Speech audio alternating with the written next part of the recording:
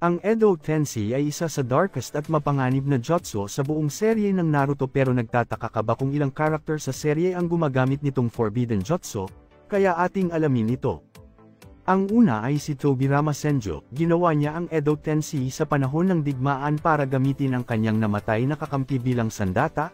Marahil ginawa niyang eksperimento ang mga katawan ng Uchiha, pero idineklara niya itong forbidden. Ang sumunod ay si Orochimaru. Nagawang maperpekto ni Orochimaru ang jutsu na ito. Una niyang inisama ng una at ikalawang Hokage para labanan si Hiruzen. Pagkatapos ini-unleash niya ang Edo Tensei para buhayin ang apat na Hokage para sa digmaan.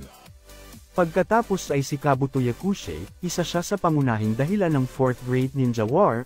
Muli niyang binuhay ang daan-daang malalakas na ninja para sa digmaan, mula sa Akatsuki hanggang sa mga dating Kage. Ang lahat sa kanila ay tinataglay ang kanilang buong kapangyarihan. Ang panghuli ay si Madara. Bagaman hindi niya ginamit ang jutsu sa kanyang sarili, nagawa niyang mapawalang bisa ang epekto ng jutsu sa kanya gamit ang hand signs na naging daan para mapahaba ang kanyang oras sa battlefield.